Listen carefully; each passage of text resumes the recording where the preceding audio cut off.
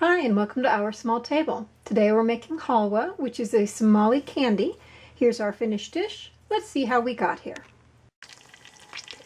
Normally, as you know if you've watched any of the other videos, I try to put the camera directly in front of me, so what you see on screen is what you see when you are cooking. However, I'm going to be boiling sugar today, and boiling sugar is, I believe Alton Brown calls it culinary napalm. It's very hot and it's very easy to burn yourself.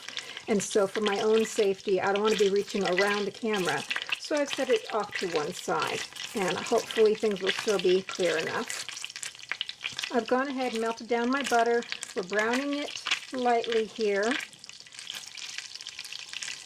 Really, this recipe should be made with ghee, but ghee is a fairly time-consuming process, and it's not something I can just buy in my area. So basically what we're using instead is kind of a clarified butter. Just waiting for some of this foam to subside, and then we'll add our spices. The spices, by the way, are very strong in this recipe.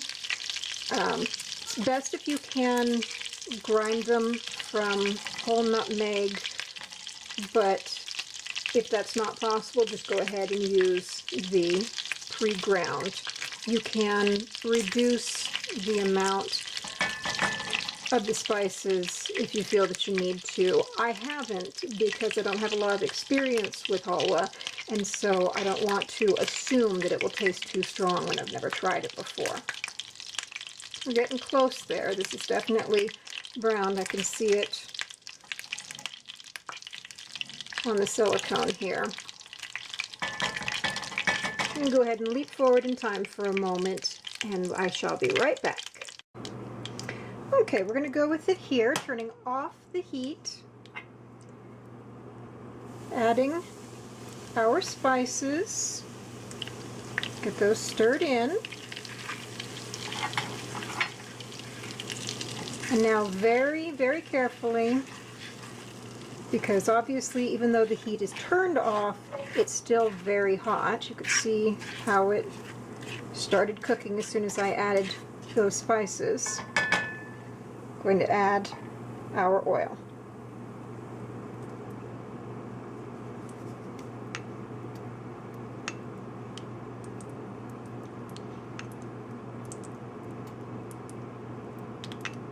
I actually had to use every last drop of the canola oil that I had in the house, which seems strange because I very rarely use up a bottle of it. I just don't use it that often. So it has gone onto the shopping list because I will assume that I have it in the house. Okay, that's stirred through. This also gives me an opportunity to mention a safety issue. When you're cooking, you want to have your handle where you can get to it without having to reach over the top of the pan, especially a pan that might splatter and burn. But a safety issue when you have kids or pets is that if a pot has to be left, even just for you to turn your back, then you need to turn that handle away, so that it's not someplace where a small child could hit it and bring the pan down on top of them, or an animal running through could jump up and knock into it and bring the pan down. It's a good way to avoid burns, is to keep your pan handles turned away from the edge. Now we're going to set this aside and move on to our next step. Hopefully we can see in there from this angle. That's just water, and we're going to be putting that over high heat.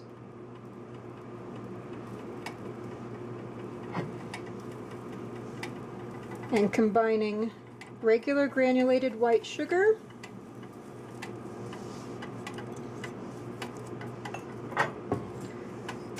with brown sugar. I'm going to clear away a couple of my extra bowls here.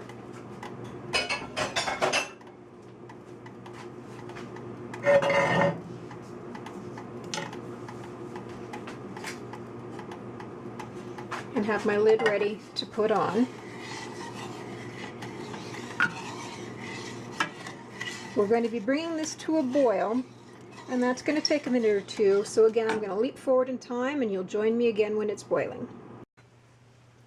Now, I'm not using food coloring. You can see the little threads in there. I'm using saffron because, as I've said in a previous video, I have some in the house that generally, because saffron is so expensive, very, very expensive, I kind of avoid using it. But it will go bad and lose its effectiveness just like anything else.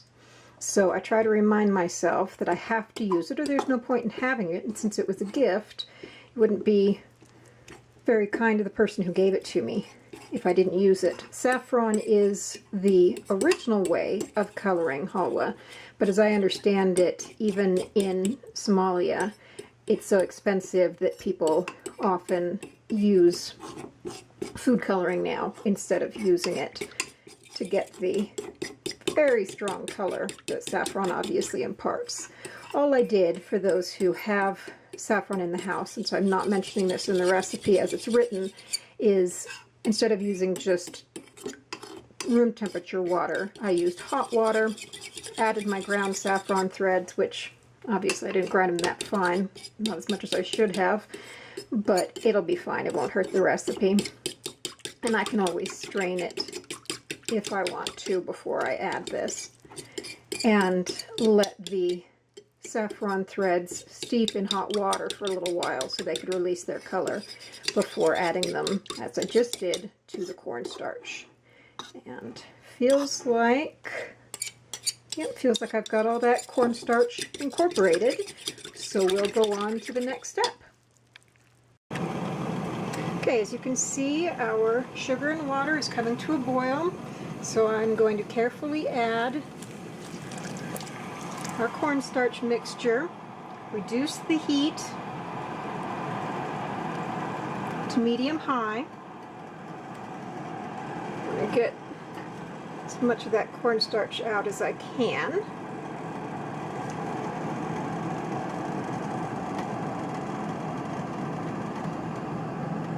I'm going to stir it through, and then I'm going to cover it. I can already see it thickening up. We're going to let that sit for about 2 to 3 minutes, and then I will be back. And we're back. That was about 3 minutes. So we're going to start adding the butter mixture. That was the lid falling, that sound. So I'm just going to add that in. Just a spoonful at a time, and stir it through. And you keep doing that about every 2 minutes until all of the butter is in here. And you want to keep on stirring because you don't want this to reach candy stage. I'm going to leap forward until we start taking the oil back out again. I think for the size of recipe, I may just not be able to remove the oil. You really only get a little less than half the amount of oil that you put in back out of it. Because I put in a 1/4 cup of oil, the most I'd be able to get out again is still less than 2 tablespoons. But this is reducing or releasing some oil, but not in a way that I can really grab it. Looks like I just wasn't being patient enough, because now that it's right down to the very end, I've got some oil at the edges, which I can carefully ease out, but I can only get a very small bit. It's definitely coming together as a mass, and the oil is actually accumulating at the bottom. It's kind of hard to show on the camera, but as I move the mass away, the oil stays below. So I'm going to basically try moving it over, leaving the oil behind in the pan for the most part. If I can't get any more out, which I might be able to get a little bit more, take the spoon out completely here.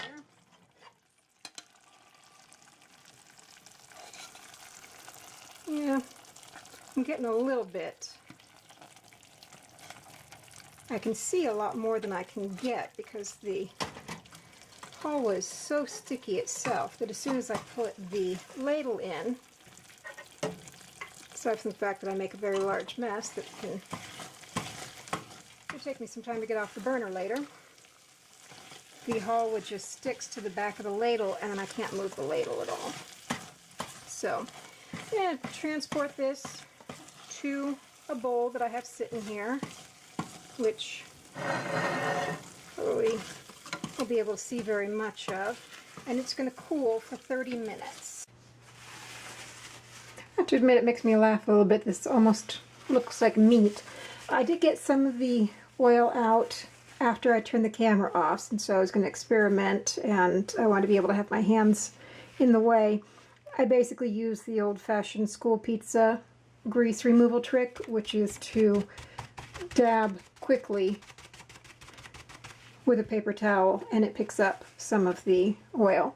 This is sat and cooled for about a half an hour and could definitely go a little bit longer. It's still warm to the touch. It's also obviously not entirely easy to cut, but that's all there is to it. You can also add some toasted sesame seeds, sorry, I meant sesame seeds, or toasted peanuts. Those would be traditional. And that's how you make it. Thanks for joining me at OurSmallTable. The recipe I've used is linked in the video description and is available at OurSmallTable.com. Next time we're branching out a little bit. It's going to be another product review because I won a raffle and got a crock pot equipment that I've never seen before. So we'll see how it goes. So click subscribe so you don't miss out.